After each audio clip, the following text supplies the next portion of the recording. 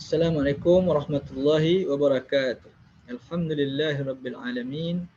Wassalatu wassalamu ala ashrafil anbiya'i wal mursalin wa ala alihi wa sahbihi ajma'in. Allahumma anfa'na bima 'allamtana wa 'allimna ma yanfa'una wa zidna 'ilma. Wa qala asy-syaikhu asy-syarihu asy-syaikhu asy-syarihu Muhammad Asy-Syirbini Al-Khatibu rahimahullahu ta'ala. Wa min kalamihi, yani al-Imam Asy-Syafi'i radhiyallahu ta'ala anhu al-wafir. Amadtu matami'i fa arahtu nafsi fa inna an-nafsa ma tama'at tahunu wa ahyaytul qunu'a wa kana maitan fa fi ihya'ihi ardi asunun idza tam'un yahullu biqalbi 'abdin alathu mahanatun wa alahu haunun. Wa qala wa lahu aidan radhiyallahu ta'ala anhu ma hakkajil, ada syadah di situ pada kaf, ma hakkajil daka mithlu dhufrik fatawalla anta jami'a amrik wa idza qasadta li hajatin faqsid li mu'tarifin biqadrik.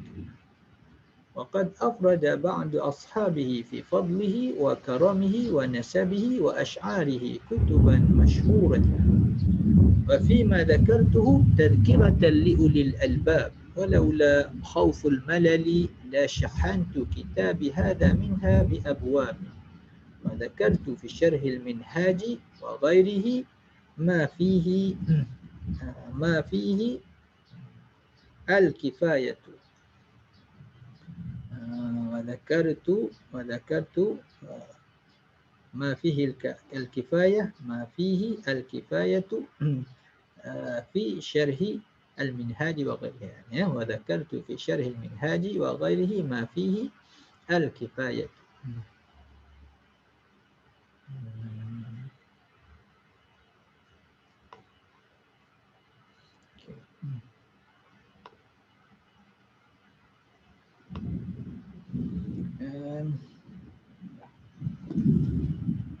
Jadi di kalangan daripada syair ni banyak Imam Syafi'i ni adalah merupakan seorang ahli bahasa. Jadi sebelum daripada dia itu menumpukan dalam bidang fiqh ini, dia lebih pada ahli bahasa. Sehingga Imam Al-Asmu'i menyatakan, aku membetulkan bacaan syair aku daripada kabilah Huzail daripada Imam Asy-Syafi'i untuk memahami Al-Quran dan hadis di dalam bahasa Arab. Jadi Imam Syafi'i adalah pakar dalam bahasa Arab, hujah dalam bahasa Arab. Dia merupakan hujah dalam bahasa Arab. Dia belajar dengan dia orang Arab, apa keturunan Bani Hashim, keturunan Quraisy. Daripada itu dia duduk bersama dengan orang Badui. Kerana itu dia banyak menghafal syair-syair. Ini bahasa yang digunakan adalah bahasa yang indah-indah. Imam Asy-Syafi'i radhiyallahu anhu. Jadi ada beberapa riwayat lah kenapa dia akhirnya bertukar bidang ke bidang fiqh. Antaranya menyatakan dia terdengar suara, kenapa engkau tidak belajar fiqh? Dia banyak menghafal syair. Antaranya yang menyatakan untuk guru dia iaitu Mufti Mekah Muslim bin Khalid Az-Zinji ataupun Az-Zanji itu bila tengok dia hafal syair itu banyak sangat, menunjukkan dia seorang yang bijak. Kenapa engkau gunakan kemahiran engkau yang tinggi ini setakat bidang bahasa saja? Gunakanlah dia untuk bidang bahasa yang menyumbang pada bidang agama. Maka dia masuk di dalam bidang fiqh. Itulah Allah Ta'ala memberikan, itu dipanggil ilham. Itu diberikan ilham kepada Imam Asy-Syafi'i dan kepada ulama-ulama lainnya, sehingga mengajak Imam Asy-Syafi'i menumpukan kepada bidang fiqh. Dan Imam Syafi'i juga adalah seorang yang hebat di dalam memanah. Dia memanah. Dia katakan macam Robin Hood lah. Macam Robin Hood. Maknanya kalau orang boleh panah 10 tepat kena apa nama ni dekat dia punya tempat target tu, 9 kena lah. Kata Imam Syafi'i kalau 10 target dia, 10 kali apa panah, 9 akan kena target. Maknanya pandainya dalam memanah, rekreasi dan sukan, pandainya Imam Syafi'i. Tapi kata anak-anak murid dia dan kawan-kawan dia kata engkau di dalam fiqh adalah lebih hebat lagi daripada memanah itu. Maknanya 10-10 tu kena semua sekali.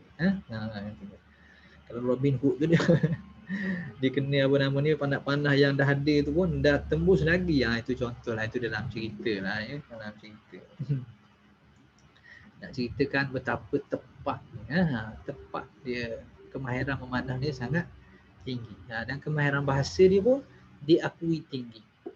Kemahiran fiqh tu tak usah cerita lah itu memang dia adalah imam Sultanul A'immah disebut oleh Syekh Al-Syibini sebelum ni. Dalam bahagian syair, dia luar biasa orang ni, luar biasa. Baiklah, kita tengok apa yang dia kata di sini. Ada sudah apa nama ni dalam kitab ni sudah pun dikhidmatkan. Maka syair ini dibaca dengan Bahru Al-Wafir. Bahru Al-Wafir. Bahru Al-Wafir. Mafa'ilun, mafa'ilun, mafa'ilun, mafa'ilun, mafa'ilun, mafa'ilun. Tapi tak ada yang, biasanya tak ada yang sempurna penuh begitulah. Biasanya akan ada sedikit zihar. Biasanya macam yang ini mafa'ilun, mafa'ilun, fa'ulun ataupun mafa'il. Ditukar senang jadi fa'ulun.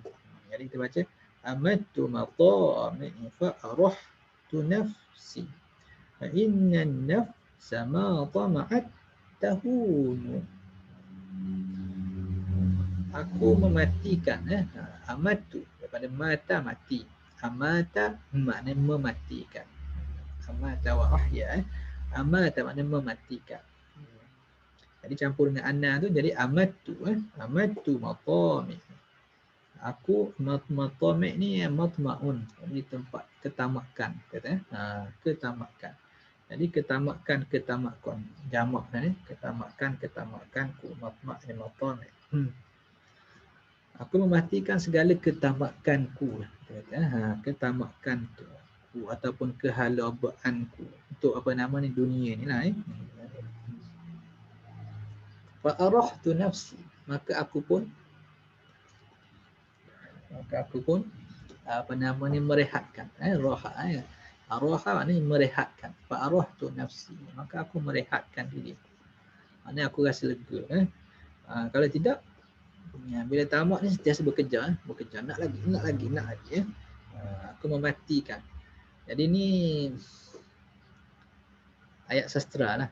Kita kata dah apa nama ni ilmu syair ni ilmu tinggi lah dalam bahasa Arab yang tinggi.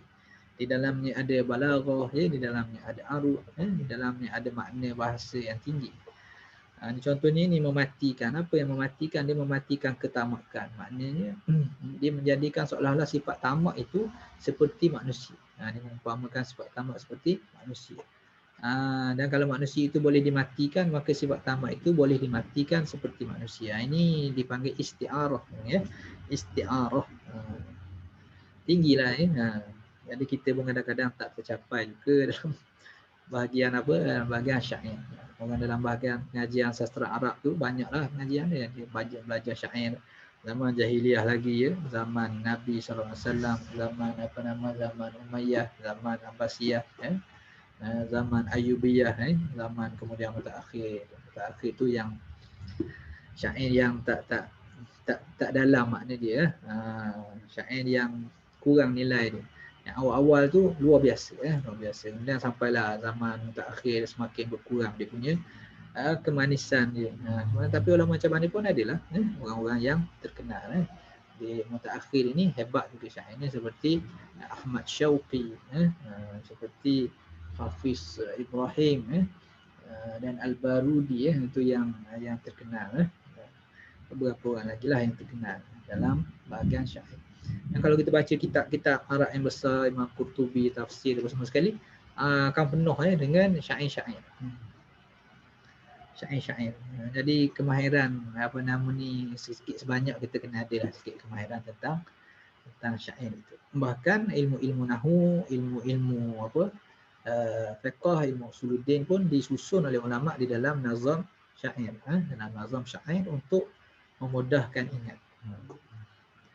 Jadi aku mematikan ketamakanku fa'arahtu nafsi, maka aku pun rasa lega. Aku merehatkan diriku daripada bekerja-kerja. Fa innan nafs ma tama'at tahun. Kerana jiwa itu apabila dia dah tamak sangat, bekerja sangat, nak kepada kelazatan itu, kerja sangat pada yang tak dapat lagi dan nak banyak begitu, tahun, maka dia akan jadi hina. Dia akan jadi hina sehingga dia sanggup mengorbankan maruah dirinya. Kadang-kadang dia sanggup mengorbankan kewajipan agamanya.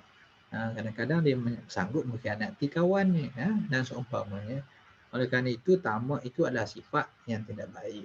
Sifat yang tidak baik. Bila tamak itu melampau dan tidak kena pada tempatnya dan tidak diobati, maka jiwa itu akan menjadi hina, kata Imam Syafi'i. Wa ahyaitul qunu'a wa kana maitan. Maka menghidupkan ni daripada ahya dia amata, mematikan ni menghidupkan. Dan aku menghidupkan al-qunu'a. Al-qunu' maknanya sifat qana'ah, sifat qana'ah daripada qani'a yaqna'u. Qana'ah ni maknanya berpada dengan apa yang ada. Aku menghidupkan sifat qana'ah, seolah-olah sifat qana'ah itu seperti manusia yang boleh hidup juga dia. Boleh hidup dan boleh mati. Maknanya dia menghiaskan diri dia dengan sifat qana'ah, bercukup-cukup dengan apa yang ada. Ini cukup apa ni? Cukup dari segi habuan dunia dan kelazatan dunia. Tidak boleh qana'ah di dalam ilmu, tak boleh qana'ah juga di dalam amal ibadat, dia tak boleh qana'ah, tak boleh rasa cukup. Tak apa dah, ilmu aku dah 20 tahun dah belajar, daripada sekolah rendah sampai universiti, cukup lah tu belajar. Itu qana'ah tu tak boleh. Allah Ta'ala kata, wa qur rabbi zidni ilma. Ajar pada Nabi sallallahu alaihi wasallam, katakanlah Muhammad sallallahu alaihi wasallam, berdoalah kamu, rabbi zidni, wahai Tuhanku, tambahkanlah bagiku akan ilmu. Tambah ilmu, minta tambah ilmu. Minta tambah ilmu. Demikian juga dari segi amal ibadat, segi amal ibadat, maka aku dah banyak dah buat ibadat ni, cukuplah tu. Dah banyak dah sunat ni, dah banyak dah mengaji ni, dah banyak dah tolong orang ni, banyak dah kan cukup. Jadi rasa berpada dengan apa yang ada itu kepada habuan-habuan keduniaan itu. Ada pun urusan akhirat, nak dapat harta dengan tujuan nak sedekah apa semua sekali untuk macam ustaz Abid Liu, banyak lagi yang itu, maka itu tidak dipanggil tamak yang begitu. Itu tidak dipanggil tamak, itu tamak yang ibadat, ada tamak yang dianjur oleh agama lah. Tapi merasa cukup, maknanya dengan pemberian Tuhan tu tidaklah tak puas hati orang. Kenapa dia kaya pada aku, kenapa kereta dia lagi besar, kenapa dia ni anak ramai lagi, kenapa banyak sangat. Kemudian kita pun nak kejar kawan tu, nak kejar sangat. Kalau kejar itu kadang-kadang sampai hasad dengki. Kadang-kadang kejar tu dia dapat sikit, tak puas hati, nak banyak lagi, orang tu banyak lagi nak dapat. Jadi aku menghidupkan perasaan qanaah, cukup. Apa yang ada dunia ni nanti kita akan tinggal. Kerana itu cukuplah untuk hidup ini sehat, boleh beramal ibadat, boleh menyelesaikan kewajipan, boleh bantu orang sikit banyak, menyelesaikan tanggungjawab. Itu. Maka kalau banding orang yang lebih rendah, maka kita tengok kita dah dapat banyak kelebihan. Maka aku menghidupkan al-qunu', rasa rendah, rasa qanaah tadi. Wa kana maitan. Yang sebelum itu qanaah itu dia mati, tapi aku hidupkan dia. Itu asal.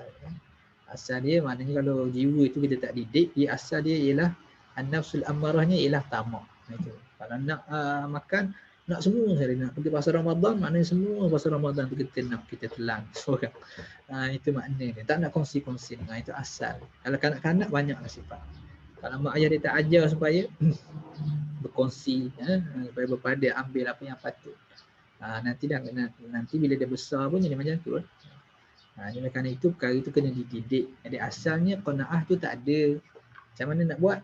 kena belajar dia. Kena belajar dia dan hidupkan dia. Itu dihidupkan kata Imam Asy-Syafi'i radhiyallahu anhu, maka aku hidupkan hidupkan al-Qur'an wa kana maitan, dan sebelum tu dia mati. Fa fi ihya'ihi ardi masunun, dan pada menghidupkannya, menghidupkan al-Qur'an tadi, sifat qanaah tadi, ardi irdi marwahku masunun, terpelihara. Jadi tidaklah merayu-rayu kepada orang, tidaklah sampai mengkhianati kawan-kawan, tidaklah sampai membuat perkara yang bersalahan dengan dengan syarak dan seumpamanya. Maka terpeliharalah maruah diriku, maruah aku, kalau aku bersifat qanaah. Kalau semua orang yang orang dapat, aku pun nak juga, aku nak lagi, maka banyak yang dilanggar sehingga mungkin maruahku pun akan tercemar juga. Idza tam'un, kenapa terpelihara maruahku itu? Idza tam'un yahullu biqalbi 'abdin. Kerana tamak itu apabila sudah bertempat di dalam hati seseorang hamba. Perasaan tamak itu dah bertempat, nak semua sekali, nak banyak sekali, nak mengatasi semua orang lain. Halatuhu mahanatun wa alahu hawlun, maka akan jadi tinggi. Halatuhu, maknanya fa'il madhilan pada ala, maka menjadi tinggi, maka meninggikan akan dia, maka akan jadi tinggi. Meninggikan akan dia, mana akan mengangkat, angkat jadi tinggilah. Halatuhu mahanatun, maka akan mengangkat oleh kehinaan akan diri. Maknanya diri dia itu dia akan diangkat oleh kehinaan. Itu uslub bahasa Arab lah. Kalau uslub bahasa Melayu dia akan menyebabkan jadi maka dia akan terangkat dalam keadaan kehinaan. Bahasa Arab ni dia kata sini alatuhu mahanatun, mahanatun jadi fa'il. Maka akan ditinggikan oleh orang tadi, orang yang tamak tadi oleh kehinaan. Wa alahu haunun, jadi ala itu asal dia fa'il madhi dulu. Itu untuk muzakkar. Haunun alat, itu kerana mahanatun, fa'ilnya muannas dan akan meninggikan akannya oleh haunun, kehinaan. Mahanah dan haunun makna sama. Jadi ni kita panggil mutiara kata. Mutiara kata, aku mematikan segala ketamakan yang tidak patut itu, maka aku rasa lega. Kerana diri itu apabila terlalu tamak akan sesuatu, dia akan sampai menjadi hina. Oleh kerana itu, aku menghidupkan sifat qanaah yang secukup di dalam diriku yang sebelum itu tidak ada. Kemudian apabila aku dah menghidupkan sifat qanaah itu, maka aku dapati maruahku pun terpelihara. Kerana ketamakan itu apabila sudah menguasai hati seseorang hamba, maka seorang hamba itu nanti akan diangkat oleh kehinaan, akan dikenali, akan dikuasai oleh kehinaan, dan orang panggil kerendahan. Itu lebih kurang itu lebih kurang maknanya pada syair dia. Lahu aidan, dan juga baginya, yakni bagi Imam Asy-Syafi'i itu, ini satu syair lagi, ma hakka jildaka mithlu dhufri tawalla anta jami'a amri. Ma hakka, yakni la yahukku, tidaklah menggaru. Hakka, tidaklah menggaru, garu. Tidaklah menggaru akan kulit engkau. Ma hakka jildaka mithlu dhufrika, tidaklah menggaru oleh kulit engkau itu sama seperti kuku engkau sendiri. Kita gatal sini, kita pun garu. Bila kita garu, kita rasa ni, kita sedap, rasa lega. Okey. Tapi kalau kita sakit tangan, tak boleh, rasa gatal, kita suruh orang tolong garu. Jadi macam mana? Sikit lagi, tepi ni, tepi atas, bawah. Sini kuat sikit. Susah. Kenapa? Tak puas hati. Kalau suruh orang lain, tak puas hati. Tapi kalau gatal, Yang sedapnya garu sendiri. Tu memang sedap. Sampai luka pun sedap juga. Itu kadang apa nama ni, sedapnya garu sendiri, puas hati lah. Jadi kata Imam Syafi'i, mahakka jildaka mislu dhufrika, tidaklah menggaru apa nama ni akan kulit engkau itu seperti kuku engkau sendiri. Yang itulah yang bijak sekali, yang hebat sekali, yang rasa suka sekali, terbaik sekali, ialah kita garu gatal kita sendiri, tak suruh orang. Fatawalla anta jami'a amrik. Ini wazan apa nama ni, al-kamil. Al-kamil boleh. Kamil mutafa'ilun. Mutafa'ilun. Tapi ni majzuk. Dari 6 tadi jadi dengan 4 lah. Mutafa'ilun. Tapi yang belakang ni ada zihab lah. Ada zihab. Jadi mutafa'ilatun. Jadi bunyi ni panjang sikit. Jadi mahakka mutafa'ilun mutafa'ilun. Ni ada zihab dia ni. Jadi mahakka jildaka mithlu dhufrika fatawalla anta jami'a amrik. Mahakka jildaka mithlu dhufrik. Fa'il mutafa'ilatun. Mutafa'ilatun. Fatawalla anta jami'a amrik. Jami'a amri. Maka tawalla ni maknanya buat sendirilah maknanya. Tawalla, ambil apa nama ni, ambil perjalanan sendirilah. Fatawalla. Ada ke tawalla ni berpaling? Ni tawalla ni, wala ni dia banyak makna. Tengok pada ayat lah.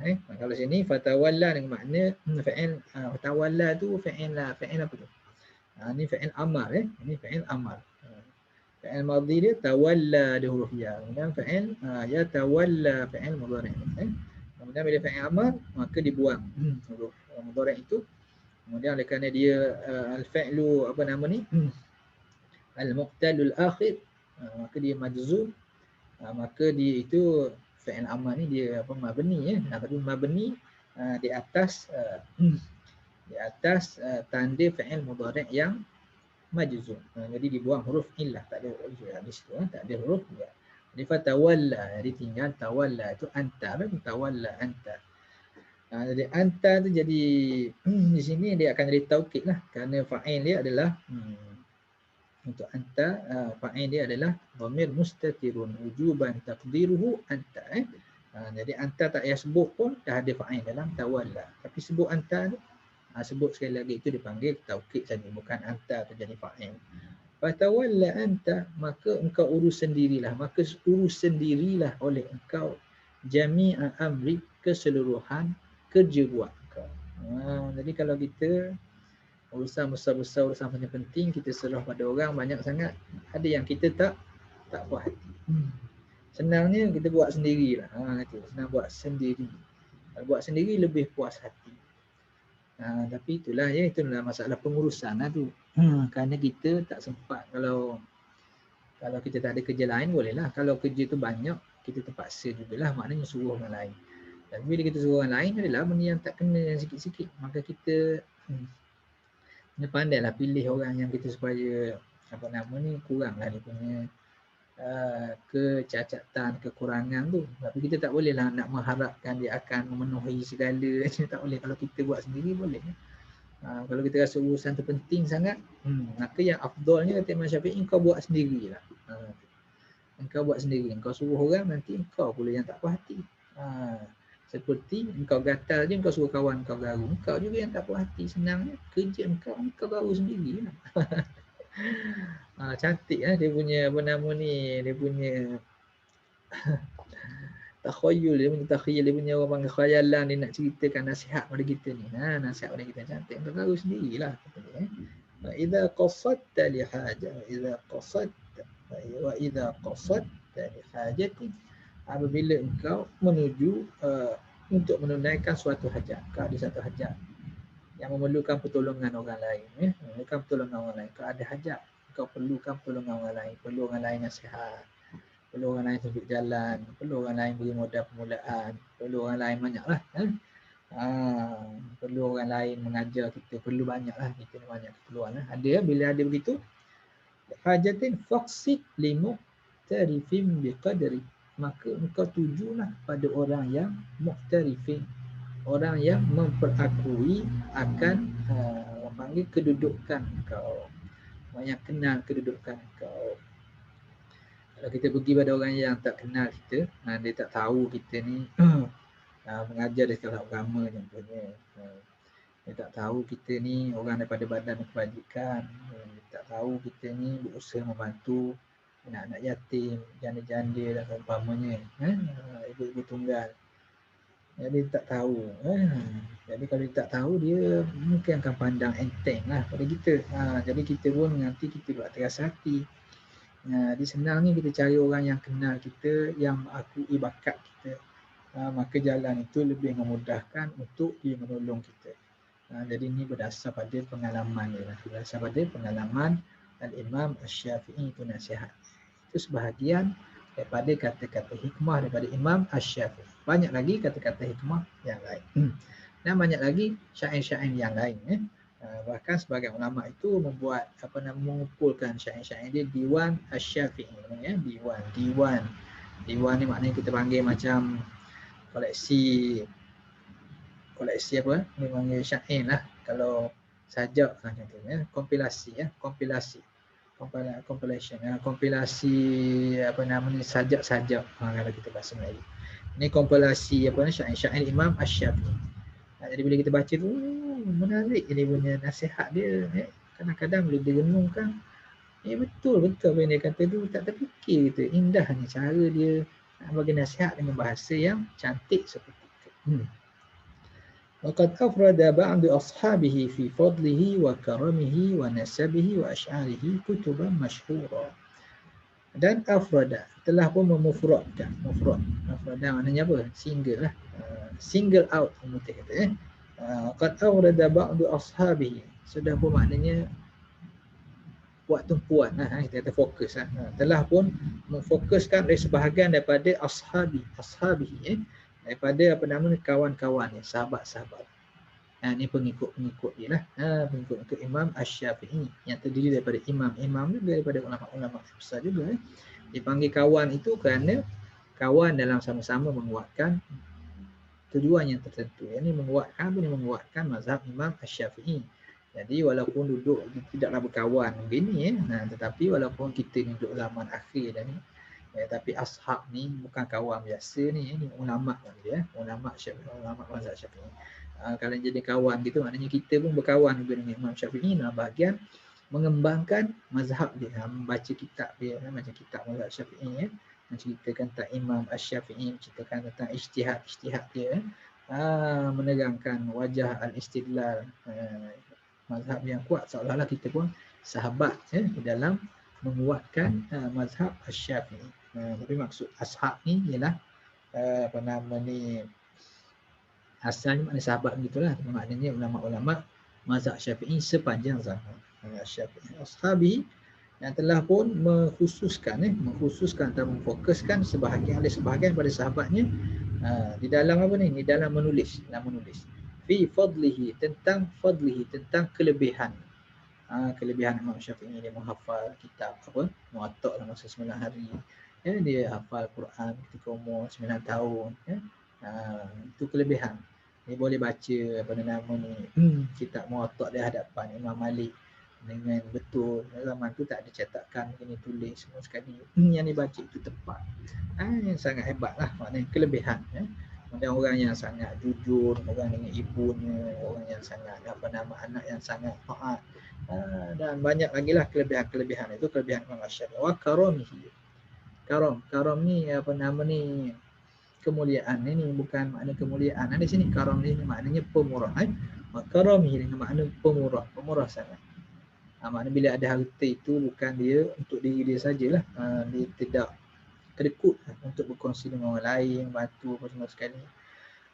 Walaupun tak banyak benda pun, tapi adalah yang diberi pada orang lain. Itu karam.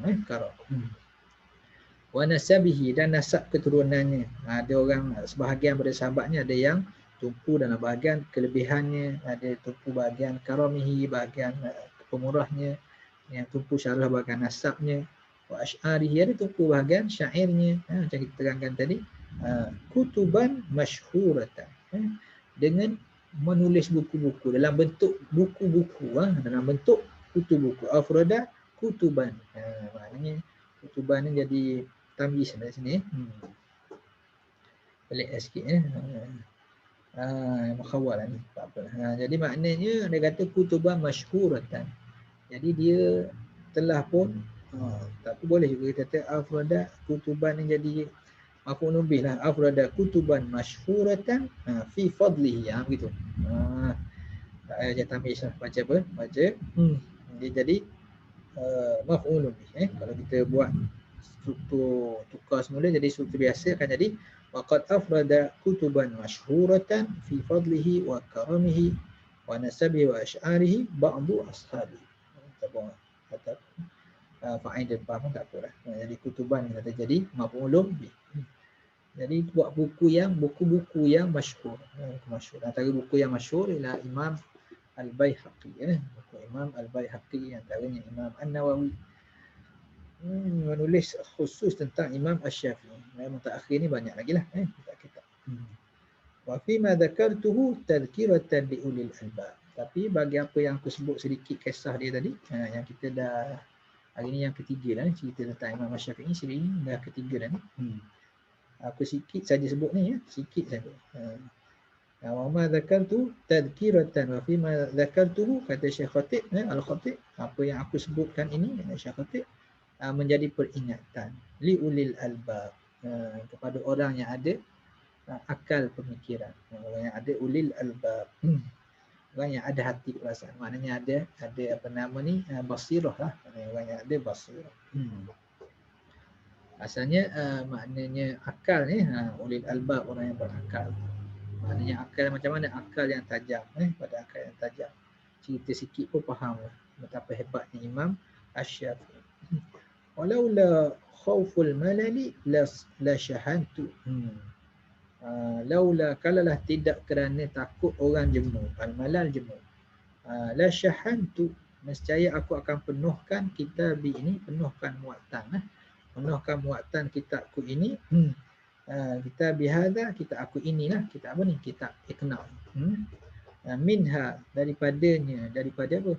Daripada kisah fadlihi wa karamihi wa nasabihi wa asy'arihi. Aku akan cerita semua lah. Bi abwabin, dengan beberapa bab, banyak bab. Wa dzakartu, yani wa dzakartu, dan akan aku habis itu. Min bi abwab situ. Jadi dia kata kalau tidak kerana nak cerita Imam Syafi'i ni banyak lagi, tapi oleh kerana tujuannya ialah nak syarah matan Abi Syuja' tadi. Kalau nak cerita Imam Syafi'i panjang sangat, jadi aku tulis sikit. Kebetulan dah Imam Syekh Abi Syuja' sebut sikit nama Imam Syafi'i, aku sebutlah cerita dia sikit. Jadi aku sebut tu padan lah, memadai lah bagi orang yang bijak tadi, dia nampaklah kelebihan Imam Asy-Syafi'i. Wa dzakartu fi syarhil minhaj wa ghairihi ma fihi al-kifayatu, dan telah menyebut oleh aku, kata Syekh Khatib, dalam kitab Syarah Minhaj, Minhaj, kitab apa? Mughni Al-Muhtaj lah, wa ghairihi, dan kitab-kitab yang lain, ma fihi al-kifayatu. Aku sebut apa? Ma fihi, perkara yang padanya cukup lah, suatu kecukupan, maknanya memadai lah. Jadi kau tak ada kitab apa nama ni, Mughni Al-Muhtaj, kita baca dah dulu, maknanya dia tulis Mughni Al-Muhtaj dulu. Kemudian lepas tu baru dia buat kitab apa nama ni, disyarah apa nama ni, matan Abi Syuja', kitab Iqna' ni kemudian. Jadi lebih kurangnya kalau kita nak panjang lagi, pergilah di sana. Di sana.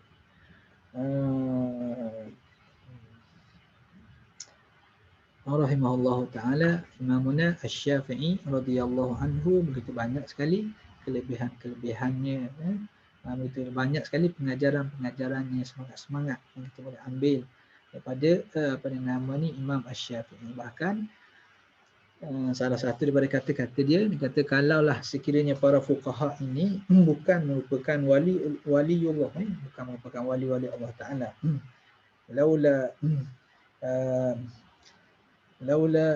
apa ni guna kata kemudian zaman kalau lah tidaklah para fuqaha itu merupakan wali-wali Allah Taala di muka bumi ini, maka tidak akan ada wali bagi Allah Taala di bumi ini.